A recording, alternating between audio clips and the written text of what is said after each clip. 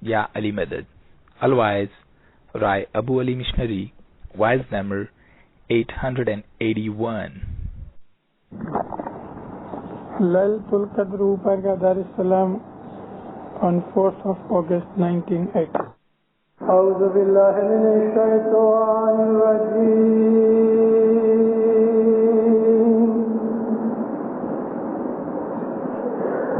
بسم الله الرحمن الرحيم.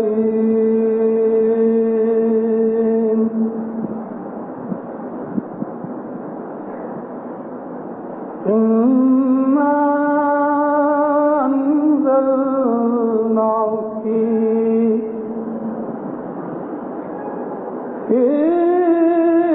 ليلة القدر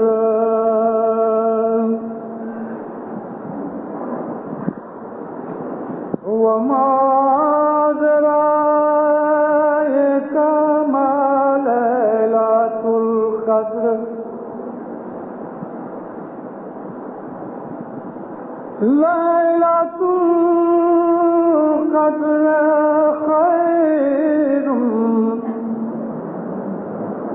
خير من ألف شهر تنزل الملائكة والروح فيها بإذن ربهم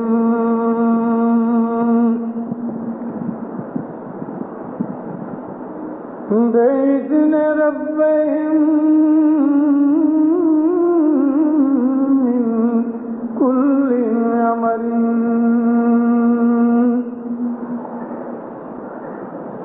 سلام هي حتى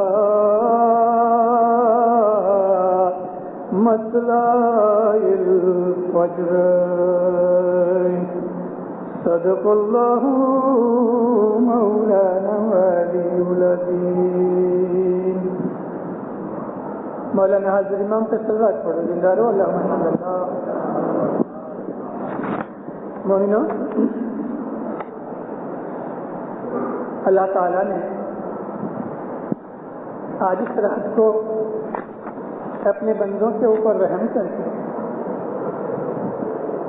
خلقت کے اوپر رحم کر کے،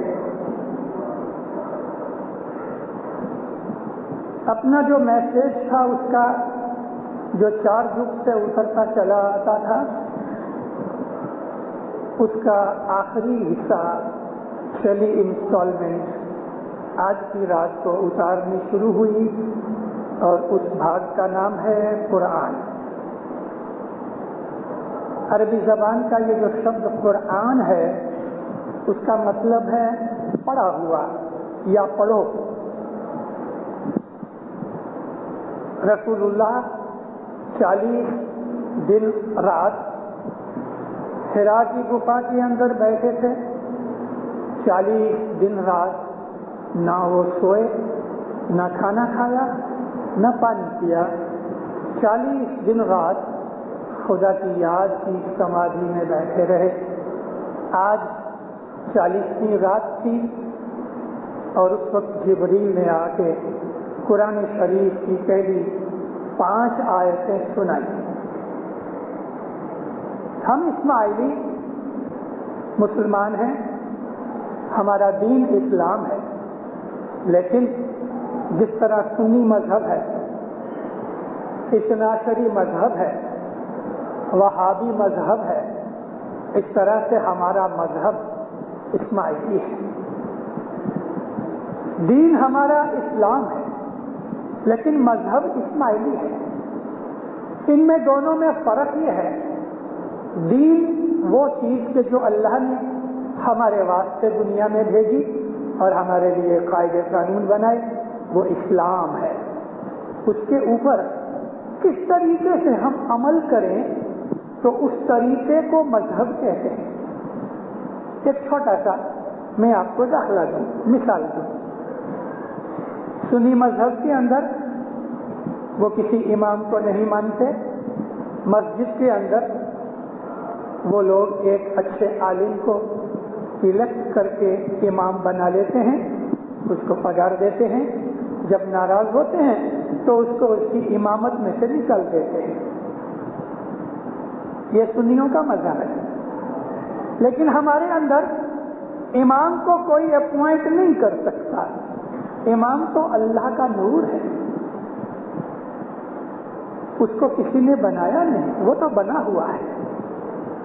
دنیاوی درشٹی سے ہم کہیں تو امام کو اللہ اپوائنٹ کرتا ہے، کسی بھی نبی کو لوگوں نے الیکٹ نہیں کیا، کسی بھی نبی پیغمبر کو لوگوں نے چنا نہیں کہ تم ہمارے پیغمبر ہو، بلکہ لوگوں نے تو سامنا کیا، لوگوں نے مار ماری، لوگوں نے پتھر مارے، لوگوں نے انکار کیا، پیغمبروں کے سامنے لڑائیاں کی، پیغمبروں کو شہید بھی کیا، مار ڈالا،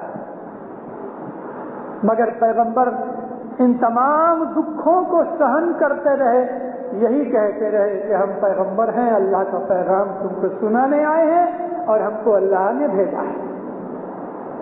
یہ فرق ہے اسماعیلی مذہب اور دوسرے مذہبوں میں۔ تو مذہب کہتے ہیں دین اسلام سے چلنے کے طریقے کو۔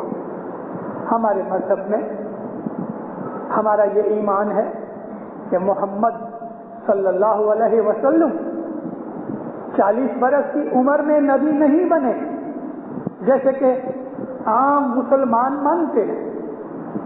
وہ لوگ یہ مانتے ہیں کہ جب نبی صاحب 40 برس کے ہوئے تو ان کو نبوت ملی۔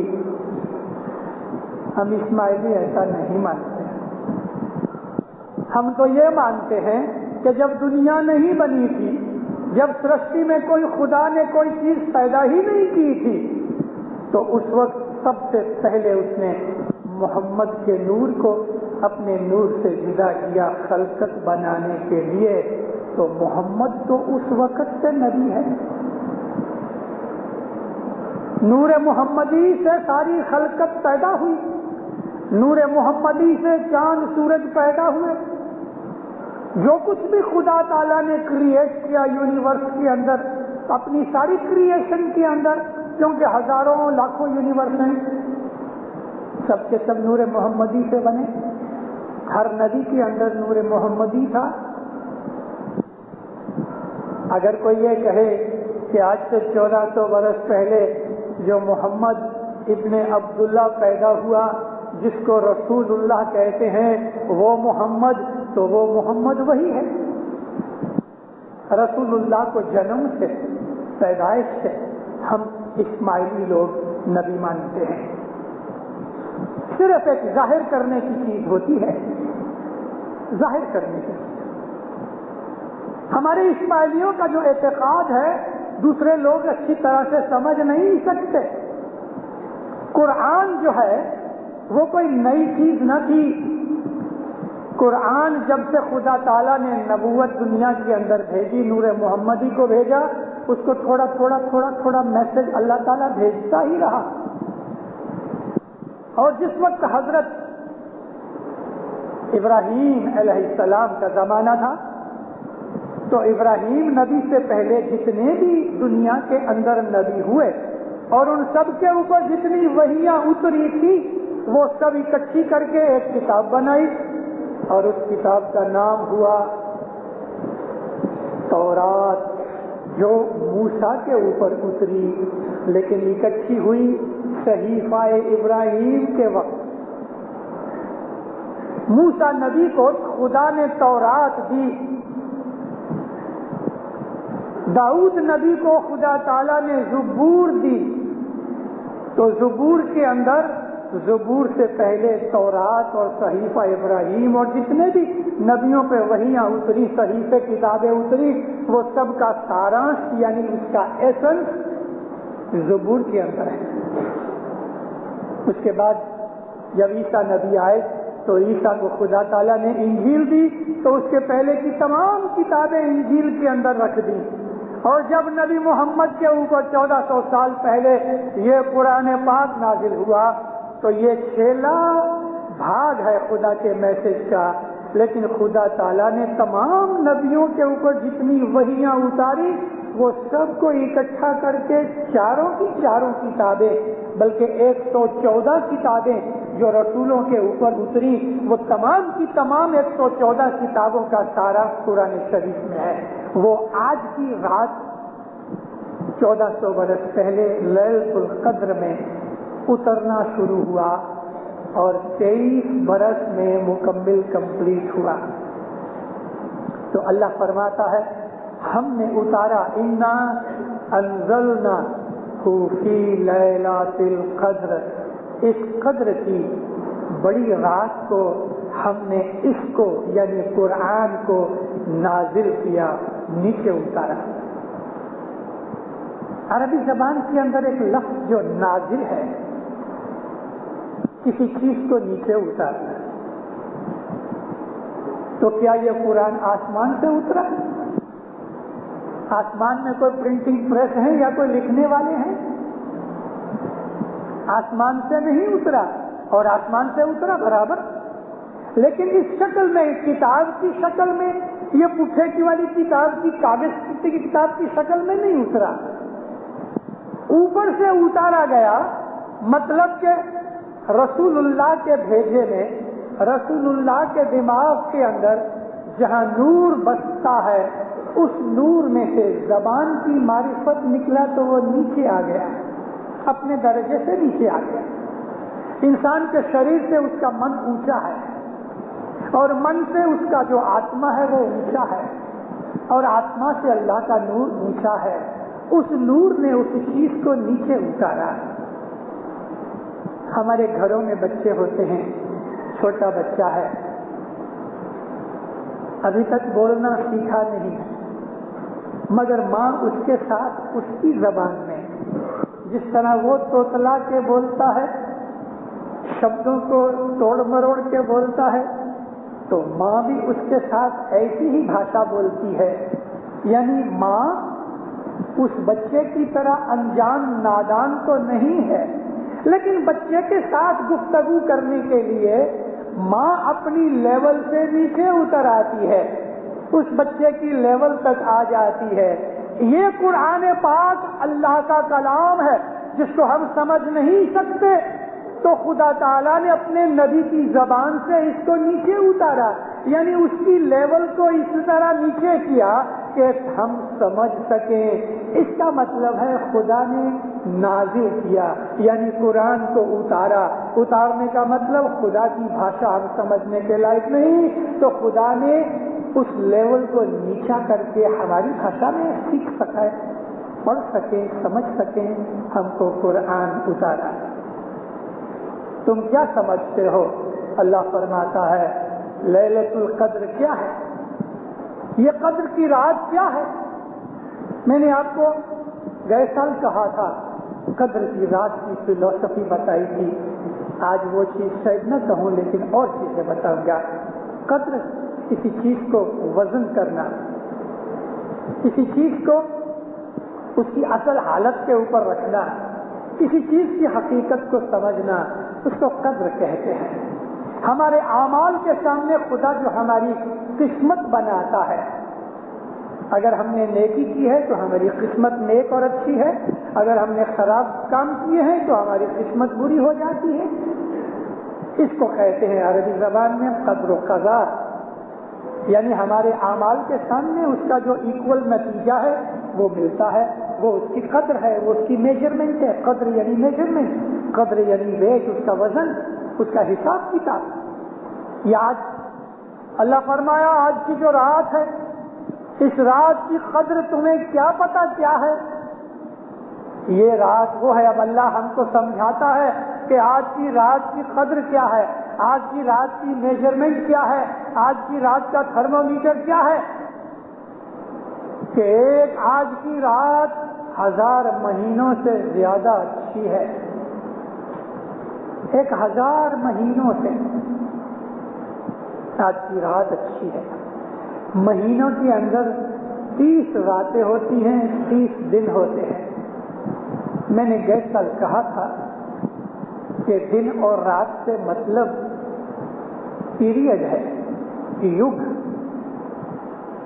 ہم جس ٹائم میں سے گزر رہے ہیں یہ آخر زمانہ ہے. دیکھو یہ 4 یگ ہیں، اس میں سے ہمارا چوتھا یگ ہے. چوتھے یگ میں لگ بھگ 7,000 برس نکل چکے ہیں. 4.25 لاکھ برس چوتھے یگ کے باقی ہیں. یہ ٹائم ہم جو پسار کر رہے ہیں یہ آخری ٹائم ہے. اس کے پہلے 4 کلب تھے، اس کے پہلے 3 کرن تھے، اس کے پہلے 12-16 تھوڑ تھے. اتنے لمبے چوڑے زمانے کا آخری ٹائم ہمارا ہے، اور یہ ٹائم ایک رات کی طرح ہے. رات یعنی جس میں عبادت کی جاتی ہے، جس میں آرام کیا جاتا ہے، جس میں بدیاں برائیاں بھی کی جاتی ہیں. رات کو نیکی بھی ہوتی ہے، گناہ بھی ہوتے ہیں.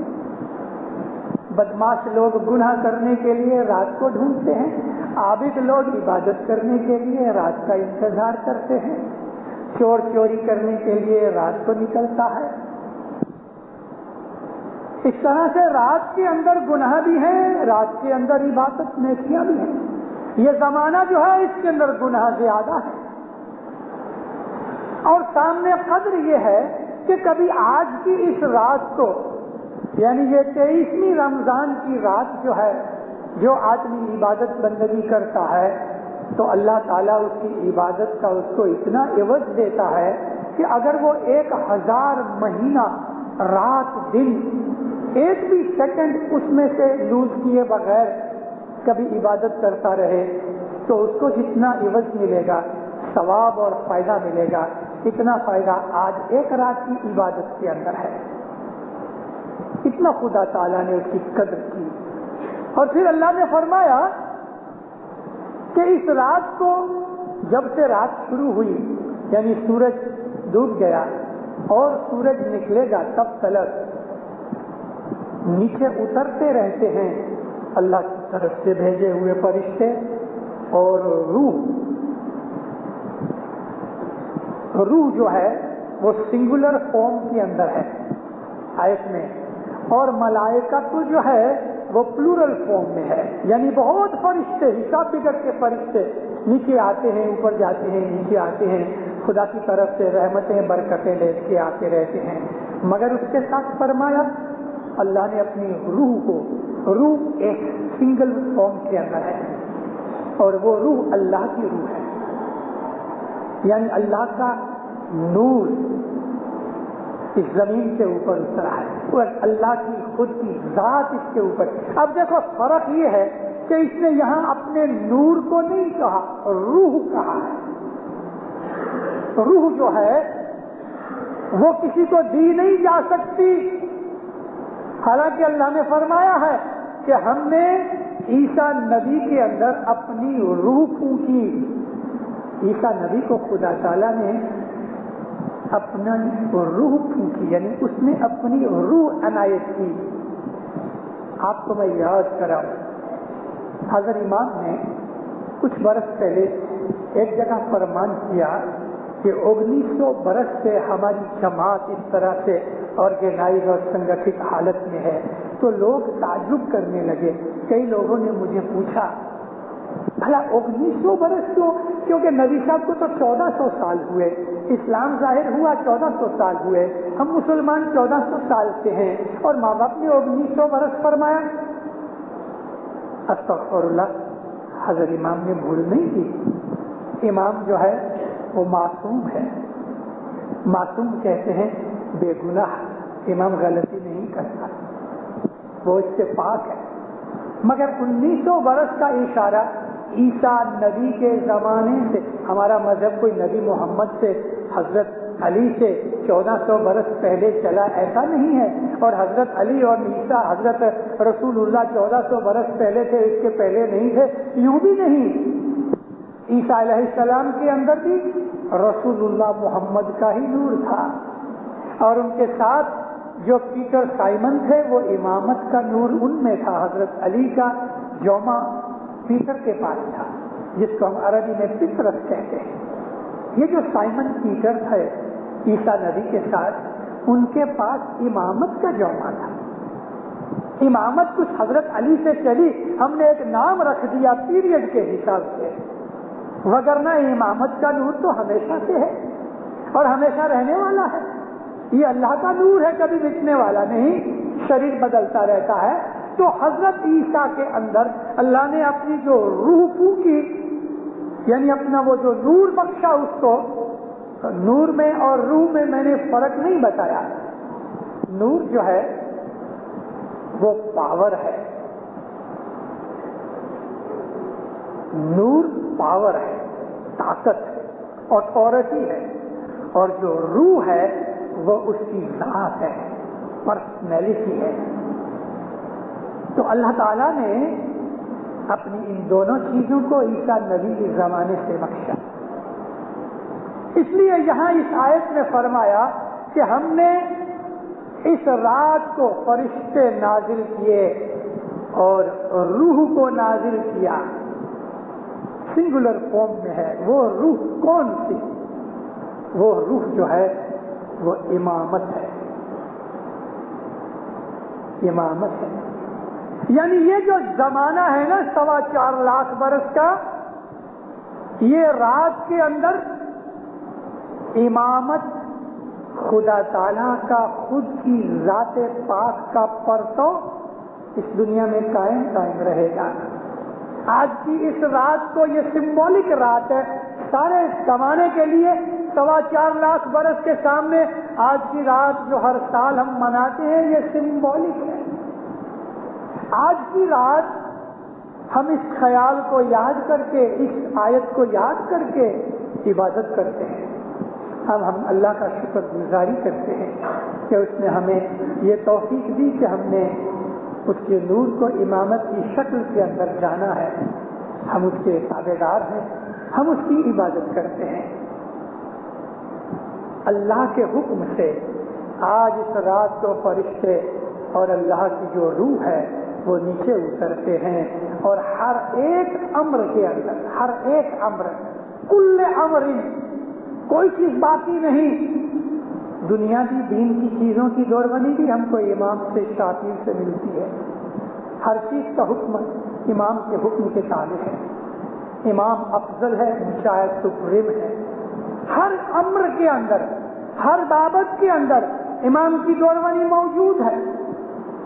گئی کل فرمان پڑے گئے کہ تم انگ کسرت کرو, ایکسرسائز کرو تاکہ تمہاری باڈی اچھی ہو جائے. اچھی باڈی کے اندر جو طاقت آتی ہے وہ من اور آتما دونوں پہ اثر کرتی ہے. آج فرمان پڑے گئے بچوں کے لیے کہ تم اچھی ایجوکیشن لو. دنیا کی بابت میں بھی امام کا فرمان ہے, دین کی بابت میں بھی امام کا فرمان ہے, کھانے پینوں کی بابت میں امام کا فرمان ہے, کپڑے لتے کی بابت میں امام کا فرمان ہے, بزنس روزگار کی بابت میں امام کا فرمان ہے. اس کی دوربنی ہماری ہیلتھ کے واسطے بھی ہے, ہماری ایجوکیشن کے واسطے بھی ہے. دنیا اور دین کی ہر بابت کے اندر ہم حضرت امام کی طرف دیکھتے ہیں اور اس کے مکھ مبارک جو فرمان نکلتے ہیں اس پہ ہم عمل کرتے ہیں. یہ ہمارا مذہب ہے, ایسا مذہب اور کہیں بھی نہیں. اللہ فرمایا سلامتی ہے, سلامتی ہے اس کو جو حضرت امام کی تابعداری میں رہتا ہے.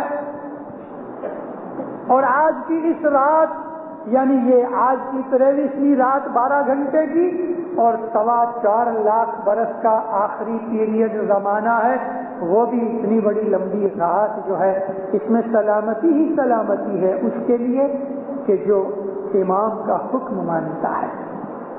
صبح تک سلامتی ہے. صبح جب قیامت ہوگی تب امامت ظاہر ہوگی, تب ہمیں پتہ لگے گا, رات ختم ہو جائے گی. مومنو, دنیا کے اندر تمام لوگ کچھ ایسے عمل کرتے ہیں کہ جن عملوں کے اندر سے ہمیں بہت سی چیزیں ملتی ہیں, سیکھنے کو ایگزامپلس ملتی ہیں. میں آپ کو جو کہہ رہا ہوں اس کی میں ایک ایگزامپل دوں. یہ گئے جولائی مہینے میں مکھی صاحب نے کچھ والنٹیئروں کو, کچھ آدمیوں کو, ادھر مکھیاں نہیں مانے, کچھ بھائیوں کو, والنٹیئروں کو ایک دن بلایا کہ بھئی سارا جماعت خانہ اوپر سے نیچے تک صاف کرنا ہے. ہر روز جھاڑو تو دیتے ہیں، صاف صفائی والی بہنیں بچیاں ہر روز جماعت خانہ صاف کرتی ہیں، روز جماعت خانہ صاف ہوتا ہے، پھر بھی برس میں ایک دفعہ اوپر سے نیچے تک چٹائیاں اٹھا کے، کارپیٹ اٹھا کے، چیزیں اٹھا کے، تخت ہٹا کے ہر چیز کو صاف کیا جاتا ہے۔ روز صفائی ہونے پر بھی برس میں ایک دن ہم صاف کرتے ہیں۔ ہندو لوگ جب دیوالی آتی ہے اس سے پہلے وہ گھر میں رنگ روگن کرتے ہیں، تمام فرنیچر پالش کرتے ہیں، ہر روز جھاڑو نکالتے ہیں، ہر روز پتیاں نکالتے ہیں، روز صاف کرتے ہیں، لیکن برس میں ایک دن دیوالی کے موقع کے اوپر وہ ایکسٹرا محنت کر کے اور اچھی طرح سے جو چیزیں ہر روز صاف نہیں ہوتی ان کو بھی صاف کر کے اس کو وائٹ واش کرتے ہیں، رنگ روگن کرتے ہیں، کلین کرتے ہیں۔ بالکل اسی طرح سے ہم ہر روز دعا پڑھتے ہیں، تسبیح نکالتے ہیں، لیکن آج کی رات سال میں ایک ایسی آتی ہے کہ جس رات ساری رات جاگو، ساری رات محنت کرو، اپنے تن کو، من کو، آتما کو، سب کو صاف کرو، ایکسٹرا محنت کرو۔ جس طرح سے آدمی اپنا گھر یا جماعت خانہ یا مندر صاف کرتے ہیں برس میں ایک دفعہ، سب چیزیں ہٹا کے ایکسٹرا محنت کر کے، اتنی محنت کر کے کہ کوئی چیز ہم باقی چھوڑتے نہیں، اور آخر اتنی محنت ہوتی ہے کہ رات کو پھر تھک جاتے ہیں، ایسی سخت محنت کے لیے آج کی رات بھی ہے۔ ہم ہر روز شام کو جماعت خانے آتے ہیں، صبح جماعت خانے آتے ہیں، دن کو تسبیحاں نکالتے ہیں، رات کو مولا کو یاد کرتے ہیں، لیکن آج کی رات اسپیشل رات ہے کہ اس رات کو اپنے شریر کو مار کے یعنی قتل کر کے نہیں، مطلب قابو کر کے، کنٹرول کر کے، نیند کو کنٹرول کر کے، اپنے اوپر جبر کر کے، زبردستی کر کے بھی آج کی آخری رات جاگ کے خدا تعالیٰ کی عبادت کرو۔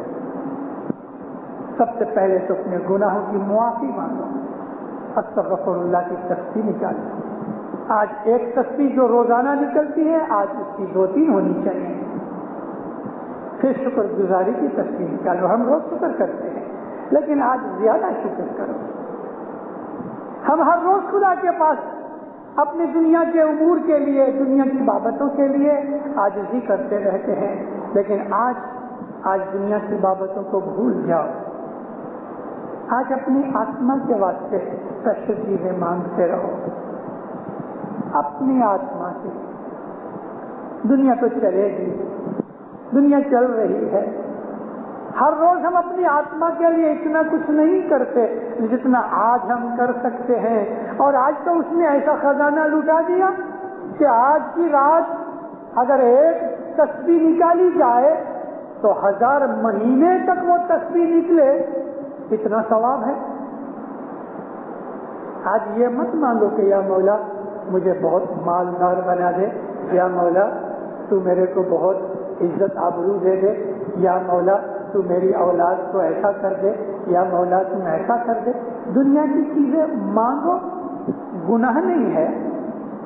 کبھی آج ہم مولا کو کہیں یا مولا میں سخت تنگ ہوں، میں قرض دار ہوں، میرا پورا نہیں ہوتا، تو میری روزی کشادہ کر دے، ایسا کہنے میں کوئی گناہ نہیں۔ کبھی کرنا ہے، کوئی خراب نہیں، لیکن میں کہتا ہوں آج کی رات دنیا کو بھول جاؤ، اور آج کی رات اپنی روحانی خوراک زیادہ مہیا کرو۔ اگر روحانیت بڑھ جائے گی، اگر روحانی دولت مل جائے گی، روحانی طاقت اگر آ جائے گی تو اس کا اثر دنیا کی حالت سے ضرور پڑے گا، ضرور پڑے گا۔ آج مولا کے ساتھ پیورلی محبت کی باتیں کرو، پیورلی محبت کی باتیں۔ گرپی صدر پیر نہیں بنے تھے، اس سے پہلے کی ایک بات سناتا ہوں۔ شاید میں نے آپ کو کبھی واعظوں میں کہا ہوگا، نہیں تو کہتا ہوں کہ گرپی صدر دین 100 برس کی عمر تک پیر نہیں تھے۔ گرپیر صدر دین کی 119 برس کی عمر تھی۔ 100 برس کی عمر تلک گرپیر صدر دین کے پاس پیری جوما نہیں تھا۔ 100 برس کی عمر میں پیر بنے، اور 19 برس تک ان کی پیری جوما کی حالت رہی. اس کے بعد ان کے فرزند پیر حسن کبیر دین آئے. لیکن پیر صدر دین کا جنم ان کے پردادا یعنی دادا کے باپ کے زمانے میں ہوا. پیر صدر دین کے پردادا کون تھے؟ پیر شمس.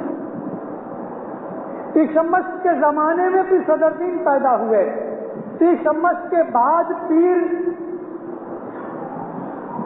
نصیر دین آئے, پیر صاحب دین آئے, پھر پیر صدر دین آئے. تو انہوں نے پیر صدر دین نے پہلے 100 برس اپنے باپ کی پیڑھی میں, دادا کی پیڑھی میں اور دادا کے باپ کی پیڑھی میں گزارے.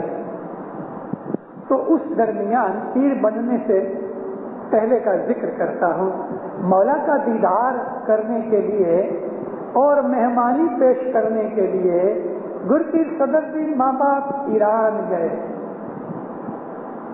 وہ زمانے کے اندر قحط نگری تھی اور امام مولانا اسلام شاہ کا زمانہ تھا. قحط نگری چاروں طرف سے بڑی اونچی لمبی دیوار کے ساتھ بند تھی اور اس کے 20 دروازے تھے قلعے کی طرح. جون زمانے کے اندر جو بڑے بڑے امپورٹنٹ شہر ہوتے تھے اس کے چاروں بازو راجا مہاراجا دیوار بنا دیتے تھے. شام کے وقت سورج آسمنے سے پہلے دروازے بند ہو جاتے تھے تاکہ رات کو کوئی چور ڈاکو دشمن اندر نہ آوے. سیدھی سورج نکلتا تھا تب دروازہ پہلے ایک کھولتے تھے, پھر آہستہ آہستہ دوسرے دروازے کھولے جاتے تھے.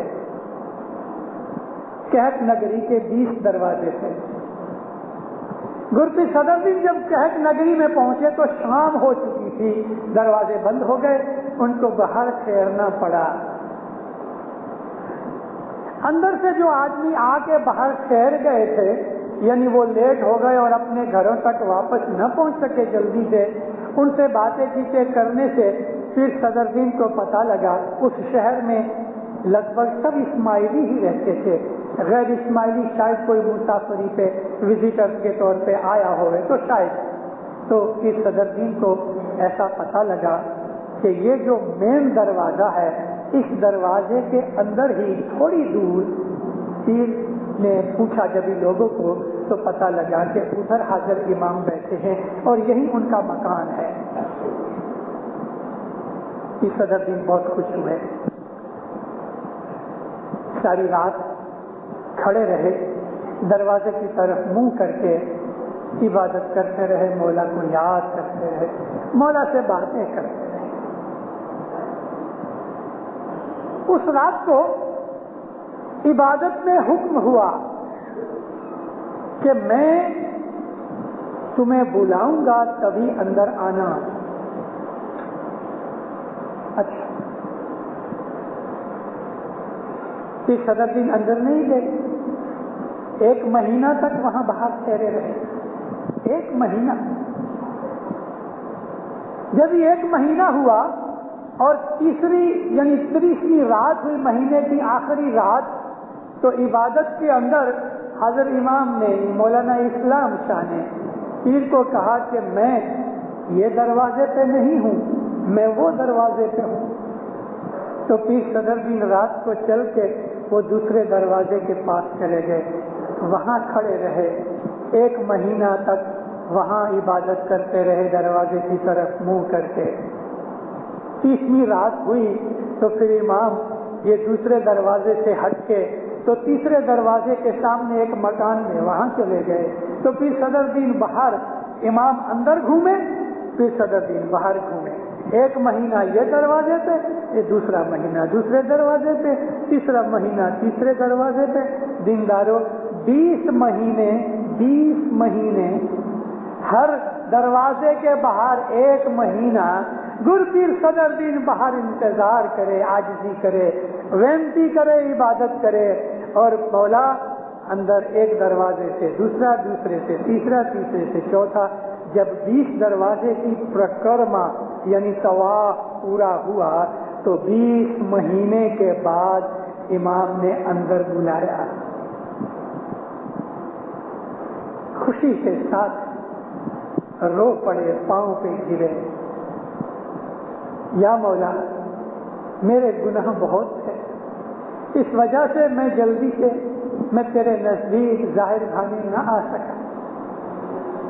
امام نے فرمایا تمہارے اوپر جو محنت پڑی وہ ہم نے منظور کی، اور ہم تم کو آج سے پیری جومہ دیتے ہیں۔ تب ان کو پتہ لگا کہ ان کے پتا شری پیر صاحب دین کا دیہانت ہو گیا، یعنی گزر گئے، کیونکہ ایک پیر جب تلک حیات ہے دوسرا پیر نہیں ہو سکتا۔ جس طرح امام ہمیشہ ایک ہی ہوتا ہے، اس طرح سے پیر بھی ہمیشہ ایک ہی ہوتا ہے، دو پیر کبھی نہیں ہو سکتے۔ تو جس وقت پیر صدر دین مولانا اسلام شاہ کے حضور میں تھے، 20 مہینے کی تپسیا کے بعد جب ملاقات ملی اور پیری جومہ ملا، تب ان کو پتہ لگا کہ پتا شری گزر گئے۔ 100 برس کی عمر تھی اس وقت پیر صدر دین کی۔ کیسی ان کی تندرستی ہوگی کہ 100 برس کی عمر تک ہر روز رات کو ساری رات کھڑے رہ کے عبادت کرے، اور 20 مہینے تک باہر عبادت کرتے رہے، ہر روز رات کو کھڑے ہو کے عبادت کرے، شام سے لے کے صبح تک، دن کے وقت آرام کریں، قرآن لکھے، قرآن لکھ کے اس کو بیچے اور کچھ روزی جو کچھ بھی ملے۔ ایسا بہت دفعہ ہوا کہ پیر صدر دین نے مہینے میں صرف 1 دفعہ کھانا کھایا ہے۔ ہمارے پیروں کی اگر ہسٹری پڑھو، پیروں کی کبھی لائف پڑھو، یا ہمارے اماموں کی لائف کو پڑھو، تو دینداروں کبھی ہمیں پتہ لگتا ہے کہ ہمارے اماموں نے ظاہر بھانے کتنی قربانیاں کی، جماعت کے لیے کتنے دکھ اٹھائے۔ امام تو شکتی والا ہے، امام کو کوئی مار نہیں سکتا، امام کو کوئی دکھ نہیں دے سکتا، لیکن جس طرح سے کرسچن لوگ مانتے ہیں کہ ساری کرسچن امت کے تمام گناہ عیسیٰ نبی نے اپنے سر پہ لے لیے ہیں، ان کا کہنا سچا ہے۔ ہمارے گناہ بخش دیتا ہے مولا، لیکن بہت دفعہ جماعت کی طرف سے پیر کھڑا ہو جاتا ہے، یا مولا جماعت کو بخش دے، میرے اوپر ڈال دے، تو پیر خود دکھ اٹھا لیتا ہے۔ جماعت کی خاطر پیر خود دکھ اٹھا لیتے ہیں۔ ہندوستان کی جماعت کے اوپر بہت بڑی بلا آنے والی تھی، کارن کہ جماعت کے اندر 2 فاٹے پڑنے والے تھے، جماعت کے اندر ایسے منافق بھی تھے کہ جو ظاہر خانے اسماعیلی تھے لیکن اندر وہ منافق تھے، جیسے رسول اللہ کے زمانے کے اندر تھے۔ پیر تاج دین نے اپنی جان دے دی مگر جماعت کو بچا لیا۔ اگر پیر تاج دین اپنی شریر کی قربانی نہ کرتے تو دینداروں ہندوستان کی جماعت سے بڑی بلا آنے والی تھی۔ پیر تاج دین جب جانے لگے امام کے حضور میں، تو جماعت میں سے خلعت ملی، مہمانی وغیرہ دی۔ مولا کے حضور میں جب گئے، مولا نے قبول کیا، اپنی پگڑی جو پہنی تھی اتار کے پیر تاج دین کے سر پہ رکھ دی، اور اب جبا بھی اتار کے پیر تاج دین کو پہنایا کہ یہ تیرے کو میں بخشش دیتا ہوں۔ پیر تاج دین خوشی خوشی پہن کے جب واپس انڈیا آئے اور جماعت کے اندر جو گئے، تو جماعت میں کچھ لوگ تھے، انہوں نے بولا دیکھو یہ جبا پگڑی تو ہم نے امام کے لیے دیا تھا، یہ خود پہن گیا، چور کہیں کا۔ ارے پیر کے اوپر جب یہ شبد کہے جماعت خانے کے اندر، تو جو سچے مومن تھے وہ بگڑ گئے، جماعت خانے میں مارا ماری شروع ہو گئی، جماعت خانے میں لکڑیاں چلنے لگی، اس کے اندر پیر بیٹھے ہیں، پیر کی حاضری میں بنا۔ جب یہ پیر ماں باپ بچانے کے لیے گئے تو 2-4 لکڑیاں سر کے اوپر پڑی، اور اس صدمے سے تیسرے دن پیر تاج دین گزر گئے۔ اپنی جان کے اوپر ڈال دیا اور جماعت کے اوپر کی بلا اٹھا لی۔ ہم کو پتا نہیں کہ ہمارے پیچھے کتنا بڑا روحانی بڑ طاقت قوت پیر کی ہے۔ پیر کی حفاظت میں ہم لوگ رہ رہے ہیں۔ آج شاہ پیر کے دونوں جامع حضر امام کے پاس ہے، یہ جو تعلیقیں آتے ہیں یہ سب وہی دعائیں ہیں۔ امام سلطان محمد شاہ تقریباً 8 سال تک بیمار رہے، تھوڑے پاؤں دکھتے رہے۔ امام تو نور ہے، پھر اس کو یہ شریر کی تکلیف، پیری جوما ساتھ تھا، وہ تکلیف جو شریر کی تھی وہ جماعت کی تکلیف تھی جو اس نے خود اٹھا لی۔ آج کی رات ہم اپنے گناہوں کی معافی چاہیں اور امام کے حضور میں عاجزی کریں۔ سبجیکٹ تو ایسا ہے کہ میں اس کے اوپر اور بولوں، لیکن دینداروں ابھی میں آپ کے سامنے کچھ ایسی اور باتیں کہوں جو روحانیت کو فائدہ پہنچائے۔ دیکھو، ہم نے جو شام کو چھانٹا لیا، آج 2 سال ہوئے، ہم ایک ہی چھانٹا 16 چھانٹے کی نیت کر کے لیتے ہیں۔ ایک زمانہ تھا میں خود بچپن کے اندر گن کے 1 2 2 3 3 4 4 اس طرح 16 چھانٹے لیے کرتے تھے، اور ہر وقت پیسہ 2 پیسے جو ہم کو رکھنا ہے اپنی من مراد رکھ کے بولتے تھے کہ یہ قبر کی بھیڑ کا چھانٹا، یہ اول منزل کا چھانٹا، یہ 2 منزل کا چھانٹا، یہ 4 جگ کا چھانٹا۔ میں آپ کو بھی لسٹ بڑھ کے بتاؤں گا۔ ایسا ہر آدمی 16 چھانٹے لیتا تھا۔ آخری رات عبادت ہوتی تھی، رات کے 12-1 بجے تک تو چھانٹے ہی چلتے تھے۔ زمانہ بدل گیا ہے۔ جیسے جیسے زمانہ بدلتا ہے، جیسے جیسے دنیا کی موہ ممتا بڑھتی جاتی ہے، جیسے جیسے دھرم گھٹتا جاتا ہے۔ تو جس طرح سے دنیا کے اندر گورنمنٹیں اپنے پیسے کو بچانے کے لیے ڈی ویلیویشن یا ری ویلیویشن کر دیتے ہیں، تو حضرت امام بھی ایسا کرتا ہے۔ جیسے جیسے دنیا کی سختیاں بدلتی جاتی ہیں، تیسے تیسے ہماری جو روحانی مذہبی کرنسی ہے نا، یعنی نیکی، بندگی، عبادت، تسبیح، دعا، یاچنا وغیرہ، اس کی ری ویلیویشن ہوتی رہتی ہے، ڈی ویلیویشن نہیں۔ قیمت گھٹتی نہیں، قیمت بڑھاتا جاتا ہے۔ جیسے جیسے زمانہ بدلتا گیا، تیسے تیسے یہ چیزیں سامنے بدلتی گئیں۔ رسول اللہ کے زمانے کے اندر نبی فرمایا کہ اگر کوئی آدمی 90% مذہب کے اوپر عمل کرے گا اور 10% نہیں کرے گا تو جہنم میں جائے گا۔ پھر نبی فرمایا کہ ایسا زمانہ آئے گا کہ 90% نہیں کرے گا، خالی 10% کرے گا تو بھی خدا اس کو تمہارے سے زیادہ دے گا۔ تو لوگ حیران ہوتے تھے کہ یا نبی، ایسا کیسا زمانہ آئے گا، اور وہ کتنے خوش نصیب لوگ ہوئیں گے کہ خالی 10% کریں گے تو ہمارے سے زیادہ اس کو یہ ملے گا۔ فرمایا ہاں، کیونکہ اس زمانے کے اندر گناہ بڑھ گئے ہوئیں گے۔ جیسے جیسے گناہ بڑھتے جاتے ہیں، تیسے تیسے امام مذہب کو سہلا کرتا جاتا ہے اور اس کی قیمت بڑھاتا جاتا ہے، یعنی ثواب زیادہ دیتا جاتا ہے۔ یہ بھی دیکھو ثواب ہی کی بات ہے نا، کہ اللہ نے فرمایا کہ آج کی رات اگر کوئی عبادت کرے گا تو 1000 مہینے کی عبادت جیسی ہوگی۔ 16 چھانٹے ایک آدمی لینے بیٹھے تو اس کو کم از کم 8 منٹ تو چاہیے۔ امام نے دیکھا یونیورسٹی کا گریجویٹ 8 منٹ گھٹنے ٹیک کے کسی مکھی کمڑیا کے یا امردار کے سامنے 16 چھانٹے کا نام بھی شاید نہیں پڑھ سکے، ممکن ہے اس کے سامنے لسٹ رکھ دو تو پڑھتا رہے، تو کئی لوگ تو اکتا آ جائیں گے، کنٹال کے لیں گے بھی نہیں۔ فرمایا اچھا، ایک ہی چھانٹے میں تمام 16 چھانٹے کی نیت کرو۔ یہ 16 چھانٹے میں نے ابھی ادھر لکھے ہیں، آگے پیچھے ہو گئے ہیں، لیکن مطلب آپ کو میں سب سمجھا دوں۔ ایک ایک ڈیٹیل نہیں ہو سکتی، مگر مطلب بتاتا ہوں۔ دیکھو دیندارو، ایک ہے دعا کا چھانٹا۔ ہماری 3 وقت کی دعا ہمیں ٹائم پر برابر پڑھنی چاہیے۔ قرآن کے اندر، فرمان کے اندر، جنانوں میں ہمیں وقت بتایا گیا ہے۔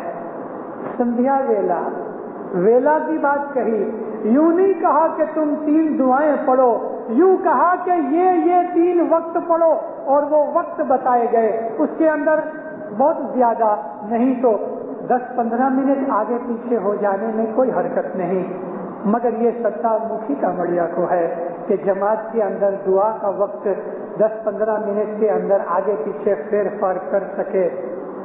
مولا نے 15 منٹ کی لمٹ بتائی، لیکن ہم کو یہ حکم کیا ہے کہ تم کو اگر یہ لگتا ہے کہ دعا کا ٹائم مفتی صاحب نے اناؤنس کیا ہوا ہے رمضان مہینے میں 6:40 منٹ اور گھر سے نکلتے ہو تو 6:40 منٹ ہوئے، من میں ہوا میں جماعت خانے تک پہنچوں گا دعا پوری ہو جائے گی، تو حضرت امام فرمایا رستے میں دعا پڑھ لو، ٹائم سنبھالو۔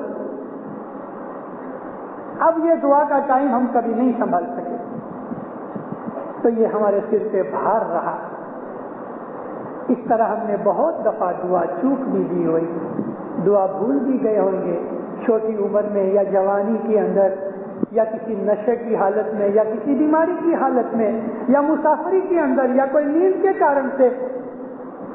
تو ہم آج کی اس رات کو ہمارے گئے برس جتنے بھی دعا کے واسطے، دعا کی بابت میں جو کچھ بھی گناہ ہوئے، مولا ہم کو شاکر ہم کو جماعت کی طفیل معاف کرے، اس کے لیے یہ دعا کا چھانٹا ہوتا ہے۔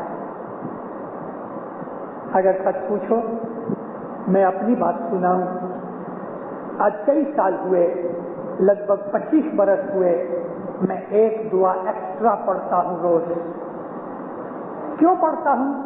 میں نے یہ نیت کی ہے کہ یا مولا جس دن میں پیدا ہوا میں نے دعا نہیں پڑھی، میں معصوم تھا، میرے اوپر کوئی دعا پڑھنا لازم تھی نہیں۔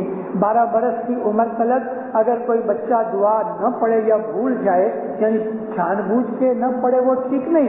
امام فرمایا اپنے بچوں کو اپنا مذہب سکھاؤ اور ان کو پڑھنا چاہیے تاکہ عادت ہوئے، لیکن 12 برس کی عمر تک ان کے اوپر گناہ نہیں ہوتا۔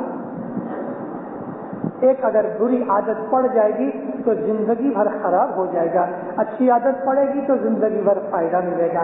تو میں نے نیت کی یا مولا میں ایک دعا ایکسٹرا پڑھتا ہوں کہ میں جس دن پیدا ہوا اس دن سے میری ہر روز کی 3 دعائیں تو قبول کر۔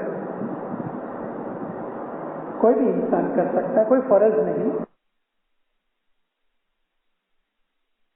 انسان کو ایسے خیالات آتے ہیں تو دعا کا کچھ بھی ہم نے گناہ کیا، بھول چک ہو گئی، وہ اس چھانٹے میں معاف ہوتا ہے۔ گت کی کچھ بے ادبی ہو گئی، گت کی بے ادبی کئی طرح کی ہے، اور میں تو آپ کو پتا ہے میں تو ہمیشہ جماعتوں کے اندر بولتا رہتا ہوں، کیونکہ آج کل جماعت خانے کی بے ادبی بہت ہو گئی۔ کوئی اوچھے خراب کپڑے پہن کے جماعت خانے میں بے ادبی والے آتا ہے، کوئی جماعت خانے کے اندر لمبے پاؤں کر کے بے ادبی کر لیتا ہے، جس طرف سجدہ کرتے ہیں اس طرف ہم پاؤں کر دیتے ہیں، کوئی کسی طریقے سے، کوئی کسی طریقے سے، آج اس کی ڈیٹیل میں جانے کی ضرورت نہیں، لیکن جماعت کے بہت سے طریقے سے گناہ ہوتے ہیں۔ تو گت کی اس بے ادبی کے گناہ مولا ہمیں معاف کرے اور ہمیں سبودی دے کہ ہم یہ چیز نہ کریں۔ تیسرا گناہ ہے جس کو میں نے آگے پیچھے کیا ہے، یعنی پہلی منزل کا گناہ۔ پہلی منزل کیا ہے؟ انسان جب گزر جاتا ہے اس کو نہلا کے شنگار کے رکھتے ہیں، کفن پہنا کے رکھتے ہیں، یہ پہلی منزل ہوئی۔ تو پہلی منزل کا گناہ کیا ہوا بھائی؟ انسان تو مر گیا، ٹھیک ہے، وہ گزر گیا، باقی شریر پڑا ہے، لیکن اس کا جو آتما ہے وہ اس وقت شریر کے ساتھ اونچائی میں موجود رہتا ہے، جس کو ہم ایسٹرل یا نورانی باڈی کہتے ہیں۔ جب جنازہ جاتا ہے تو مرنے والے کی روح جنازے کے ساتھ چلتی ہے، جب اس کو قبر میں ڈالتے ہیں تبھی وہ ساتھ ہی ہوتے ہیں، اور ہم اس وقت جو کچھ بھی چھانٹا لیتے دیتے ہیں یا اس کے لیے تسبیح نکالتے ہیں وہ سب اس کو پتا ہے۔ موت کے بعد اس کو علم ہے، ہم آنکھ سے اسے نہیں دیکھ سکتے مگر وہ ہم سب کو دیکھتا ہے۔ تو اس وقت بھی یعنی انسان گزر گیا ہے، نہلا دھلا رہے ہیں، کفن پہنا رہے ہیں، سجا کے اس کو رکھا ہے، ممکن ہے اس وقت اس کا من چاہے یہ میری عورت، یہ میرا بچہ، من واپس دنیا کے اوپر لگ جاوے، یا اس کو یہ خیال ہوئے میں واپس چلا جاتا تو اچھا تھا، یا کاہے کو میں ابھی مر گیا، ممکن ہے اس وقت اس کو یہ خیال آ جانے سے، یہ بھی ایک قسم کے گناہ ہیں، یہ اول منزل کے گناہ ہیں۔ تو اول منزل کا گناہ یعنی موت کے بعد بھی ہمارا خیال امام ہی کے ساتھ رہے، دنیا سے ہٹ گئے تو پھر کبھی سے ہٹ گئے۔ امام سلطان محمد شاہ صلوات اللہ علیہ نے 1/4 کا پریزیڈنٹ تھا کراچی کے اندر، اس کی عورت گزر گئی، امام نے اس کے لیے ایک بڑا اچھا کاغذ لکھا، اور کاغذ مجھے پڑھانے آیا، میں نے اس کی نوٹ کر لی۔ امام نے اس میں لکھا ہے کہ جب انسان اس دنیا سے اٹھتا ہے یعنی گزرتا ہے تو جس چیز میں زندگی کے اندر اس کو زیادہ پیار ہوتا ہے اس کا جیو اس چیز میں واپس جاتا ہے، مگر جو سچا اسماعیلی ہے اس کو تو اپنی ساری زندگی حضرت امام سے زیادہ کوئی پیارا نہیں ہوتا، اس لیے جیسے ہی وہ دنیا چھوڑتا ہے تو اس کا جیو حضرت امام کے ساتھ چلے جاتا ہے۔ مگر جو لوگ کچھ تھوڑے ادھورے ہو گئے، جنہوں نے پوری عبادت بندگی نہیں کی، تو موت کے بعد بھی ان کا جیو ڈاواں ڈول ہوتا ہے۔ تو دینداروں، یہ اول منزل کا یہ گناہ ہے۔ تو یہ اول منزل کا گناہ مولا معاف کرے۔ دوسری منزل کہ جب اس کو جنازے کے اندر ڈال کے جب لے کے جاتے ہیں قبرستان تلک، کبھی بھی وہ ساتھ ساتھ چلتا ہے، اس وقت بھی ممکن ہے اس کا دل بدل جائے، تو اس وقت بھی ہمارا من ستھر رہے، ایمان سلامت رہے اور حضرت امام کی محبت میں رہیں، ہم اس کے لیے چھانٹا پہلے سے لے لیتے ہیں۔ یہ دوسری منزل ہوئی۔ تیسری منزل یہ ہوتی ہے کہ جب اس کو قبر کے اندر اتارا جاتا ہے اور مٹی ڈالتے ہیں تو جو دنیا دار انسان ہوتا ہے، رسول اللہ کی حدیثوں میں لکھا ہے، وہ پکار کرتا ہے، اے میرے سگے کٹمبیوں، اے میرے بچوں، اے میرے بھائیوں، مجھے کاہے کو چھوڑ کے تم جاتے ہو۔ اس کو موت تنگ لگتی ہے، کیونکہ اس نے دنیا کے اندر جو گناہ کیے تھے اس کو اب قبر کے اندر عذاب نظر آتا ہے۔ تو تیسری منزل کا یہ گناہ بھی معاف ہو جائے، تاکہ اس وقت ہمیں یہ چیز مولا مدد کے روپ بن کے ہمیں گناہ نہ کرنے دے رہے۔ سوال ہے کہ بھلا مشنری صاحب ہم مریں گے پتہ نہیں 10 20 25 50 برس کے بعد، تو ہم ہر سال اس کا یہ ادھر چھانٹا لیتے رہیں، کیا تکلیف ہو گئی بھائی؟ آج صبح کبھی غسل تو کر لیا، لیکن کبھی دوپہر کو واپس من ہوا غسل کرنے کے لیے تو کوئی خرابی ہے؟ جتنا غسل کرو گے اتنا فائدہ ہے۔ ہو سکتا ہے کہ گئے برس کے اندر ہم نے بعض ایسے گناہ کر لیے کہ جس کے کارن سے ہمیں پہلی دوسری یا تیسری منزل میں رکھڑنا پڑے۔